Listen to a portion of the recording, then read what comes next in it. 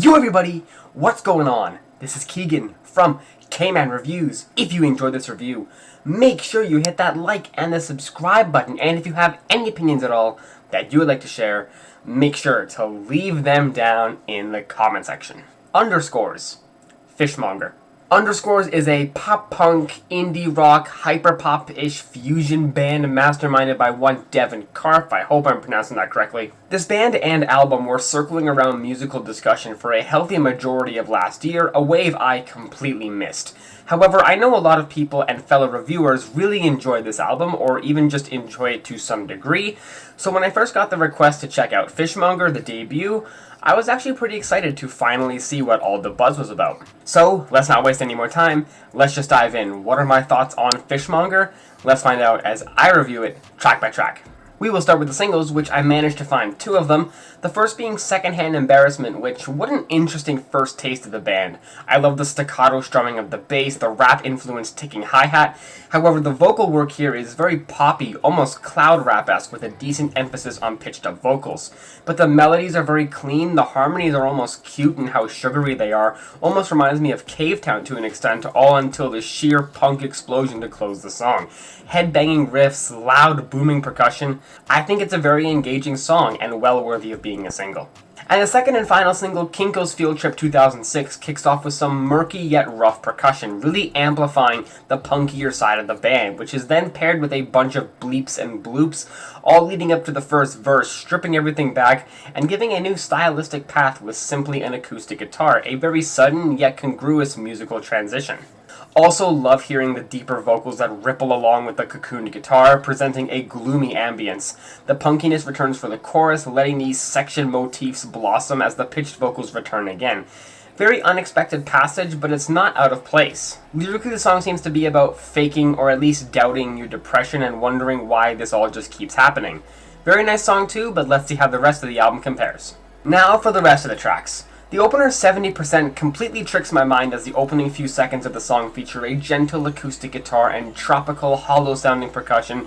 Makes me think it's going to be a warm, comforting introduction, but then that riff comes in, speeding at 1,000,000 miles an hour towards the front of the mix, and when it arrives, it becomes a high-tempo, belligerent punk rock banger. Really captivating way to kick off the album. One thing that isn't, though, is the vocals. I'll admit, I'm not that crazy about them. The effects on it here feature an insane amount of compression, distortion. It borders on parody almost, especially considering the higher pitch, like purposefully crackly delivery being shown here. It's good at times, like when a note is being held or the rousing yells scattered here and there. But other than that, the vocals kind of kill the vibe of the song for me. Still alright, and certainly a spunky punch to begin the album, but it's just not my thing. Bozo Bozo Bozo is, in my best ability to define, like an acoustic-tinted rap banger. The light guitar adds a mellow, cutesy hint to this beat, while this bass just ruptures everything. It's so powerful and really makes the track hit something different. The vocals have a fitting bit of snarkiness to them, and also minimal vocal altering, and when it is done, it's not obscenely distorted or off-putting, which, at least for me, is exactly what I like to hear. Lyrically, the song seems to continue the same theme from 70%, the opener, especially since Underscores themselves was quoted saying that the internet is ruining our lives, and just how easy it is to lie about your emotional and mental state across text messages, while never truly bearing your soul in the process. Absolutely love this song. Where Did You Fall starts off on an emotional note with the melancholic, foggy guitar work and moodier vocals. Just makes me think it's going to be a bit of a slower track. Then my expectations get completely subverted when these glitchy fragments introduce themselves, and the way they're executed almost gives off the feeling that there's some internal irregularities within the track itself, instead of just adding these malfunctioning sound bites. After a bit of that, we get a smooth, airy percussion track, giving the song a pillowy melody that is extremely comforting, slowly building up with cloudy compression before glitching back down to a minimalistic jam with dense bass throbs. It's such a riveting listen because of the journey the song goes on. All these different elements here are so fluid, nothing feels forced, and it's an album highlight for me. Spoiled Little Brat, which seems to be a massive post-release hit, and after just one listen of it, I completely get why, kicking off with the bubbly, glistening synths that evolve into a tougher, more direct punk approach for the verse. Great way to wrangle a listener in, plus the pre-chorus breakdowns with a bit of clapping percussion building up again to an even louder punk explosion, but this time with the vocal effect that almost comes off like an anime opening theme song.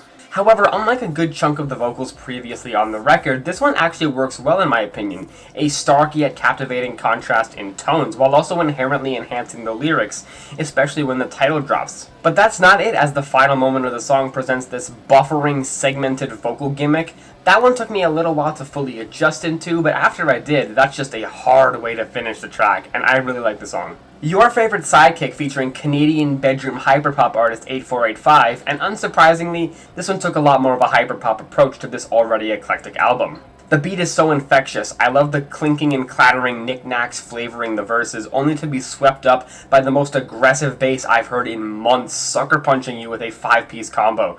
The subsequent vocal deliveries have a heavier rap influence, blending perfectly with the bass and skeletal verse fragments, while the beat starts to mutate into a rockier side with nostalgic sounding riffing and punchy authentic percussion, and simple lyrics about trying to get closer to someone, hence being their sidekick. Very nice song. Dryland 2001 featuring Knapsack, a 7-minute Goliath of a song, which utilizes its first 2 minutes as just a typical bedroom pop track. Higher tempo, slapping percussion, it's a solid groove no doubt, evolving as most of the tracks on this album have so far into a more aggressive cut. Distorted blasting guitar, manic drums before fading out slowly and gradually, introducing this cavernous ambience while the rougher vocals still echo out 30 seconds after the fade out even occurs. And that light ambient section continues for the entirety of the track. I do tend to like more transcendental musical passages, especially ones like this that had fluttering background noises and an acoustic foundation, but I can't help but feel like I got a little bit cheated out of what I expected with a tantalizing, catchy pop intro, and then it just gets forgotten in the serendipitous and vast glade the track wisps you away to. Don't get me wrong, the song is not bad at all, but did it need to be 7 minutes? No, I would have been much more sufficed with 5. The Fish song continues the mellow vibes that finished Dryland 2001. Of course, we're nearing the end of the record, it's about time we got a few slower songs, and this one serves as an amazing transitional piece between Dryland and the closer. Very similar vibes to the previous track, bright yet ethereal synthetic ambience, a foggy electric guitar emitting pure, unfiltered solace underneath the celestial atmosphere. The vocals fit this tone, very chill, yet an eerie, foreboding quality coats the delivery, especially during the sustaining note that finishes the song. Lyrically, it's actually pretty interesting though, being inspired by the story of this unique yellow fish called the Golden Bangus that resided in a Filipino aquatic resource site. It apparently had introverted tendencies and would often break away from the other fish in the pond and subsequently drew in a crowd of onlookers due to its bizarre nature. It unfortunately passed away months later due to stress and low dissolved oxygen. Love the story, and I also love the song. And finally, the closer, Del Mar County Fair 2008 featuring Maxwell Young, and I don't think there could have been a better closer even conceived at all. It just does everything perfectly to sum up the record, starting off with bubbly acoustic guitar plucking and a deeper, dismal vocal delivery. The song hangs in that state for well over half the tune, only rarely adding in new accoutrements like high-pitched chiming synths and guttural bass pulsations, before finally coming to a climax near the end with a soaring, opulent ambience combined with suffocating amounts of vocal effects, which all just dissipates at the end just as quickly as it arrived, ending the album on a sudden cut. Really like the song. Overall, I had a blast listening to this record. Very experimental, very eclectic, constantly engaging, and changing in styles, genres, and timbres. The absolute best tracks here are some of the most sticky, hard-hitting, and magnetizing songs I've heard in a hot minute. Feels like a very fresh and memorable release as well. Don't really have too many complaints aside from personal nitpicks scattered here and there, but consider me thoroughly impressed. I'm feeling a 9 out of 10 on this album. Well guys, hope you enjoyed that review. Thank you all so much for watching, and I will see you in the next one. Peace!